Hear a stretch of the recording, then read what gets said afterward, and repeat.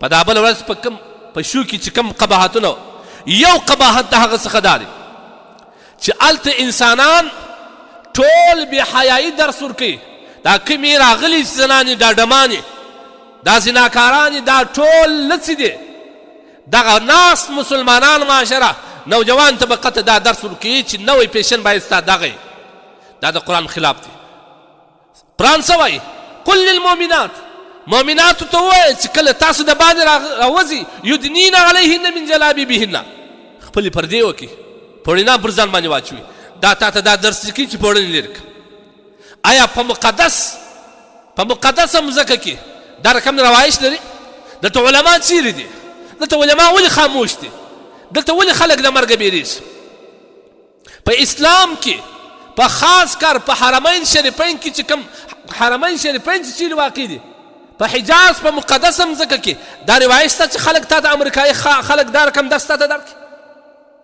او دا ته ترقي بولې کومه طریقې چې ستا د قرآن خلاف وي کومه طریقې چې ستا د قانون خلاف وي کومه طریقې چې ستا د سنت خلاف وي دا طریقې ته څه کوې دا طریقې د الله په اور وسوځي دویم په دې کې بل قباحت دا دی دویم قباحت په دې کې دا دی چې نبی کریم صلی الله علیه وسلم د نن څخه 1400 کاله مخکې ویل دي چې زما پر امت زمانه نه روانه ده صنفان من اهل النار دوه صنفه دا د جهنمیانو څخه دي یو هغه د نساء کاسیات عاریات مائلات ممیلات داسې ښځې به پیداس چې پټې وي لیکن لسې به یا به دا جامې چستې وي یا به نیمه جامه اغوستې تاسو وګورئ په دې ویډیو کې خو به تاسو لیدلي مائلات نارینه ځان ته ممیلات نارینه ځان ته رامایله کوي او خپله نارینه ورته مایلې دي د الله رسول وایي دا د جنت بوی هم نسي محسوسولی ولا یجدن ریحها د جنت بوی حالانکه د جنت بوی د ډېر لرې مسافې څخه انسان محسوسولی سي لیکن دغه انسانان د جنت بوی محسوسه نه کوي نن ستا و هغه باپرده باحیا زنانو ته نن دا درس ورکول کېږي دا درس ورکول کېږي نبی کریم صلی الله علیه وسلم فرمایي زما پر امت زمانه را روانه ده نارینه به لمنځو ته په یو داسې ښایسته زین والا شان باندې راځي چې د هغو څخه د عصري موټرانو ته اشاره ده هلته به لمونځونه په جماعت کې لیکن د دې ښځې به لڅې وي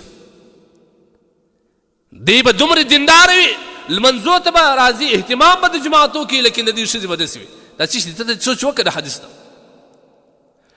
سيكون في آخر زمان خصف زما پر امت باندې داسې زمانه را روانه ده په هغه زمانه کې به زما امتیان په مځکه کې ژوندي نه نوځي نن ما او تا دغه د ځان لپاره حلال کړه ژوندي نه وتل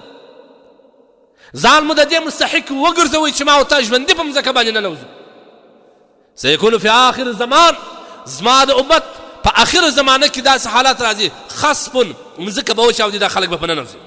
وقصف د ډبرو بارانونه به وي ومسخ شکلونه به مسخ سي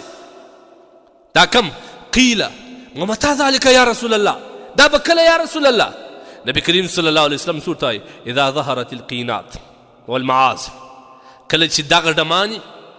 دغه رقص والا دغه چې نن سبا یو نوی نومونه ورکړي د اداکارۍ په نامه باندې یا د ګلوکار په نامه باندې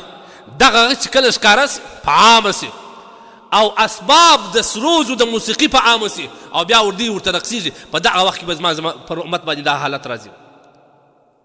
بل روایت کې راځي زما پر امت حالات روان دي د شپې به دا رقصیږي شراب و کبابونه به خوري سهار چې د هغه ځای څخه به راوځي الله به د خنزیرو د سپو په شکل اړولي استغفر الله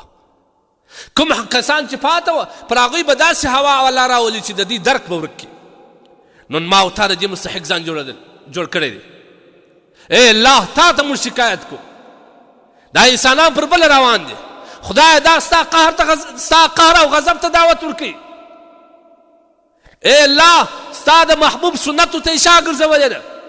او ای الله د ځان ترقي د الله په قهر کې بولي خدای ته هدایت ورته وکړه که هدایت نه دا پاکه مځکه دا مقدسه مځکه د دې خبیثانو څخه صفا کړي زړه مو درد کوي دا حالات زغمونه دي په مقدسه خاورو کې دا حالات زغمونه دي په دې به علما بیان نه کوي تاسو بیا علماو ته دا وایي چې دا مطلب د اسلام او عالم دا سخت مزاج دي د خدای دپاره مه کوئ داسې.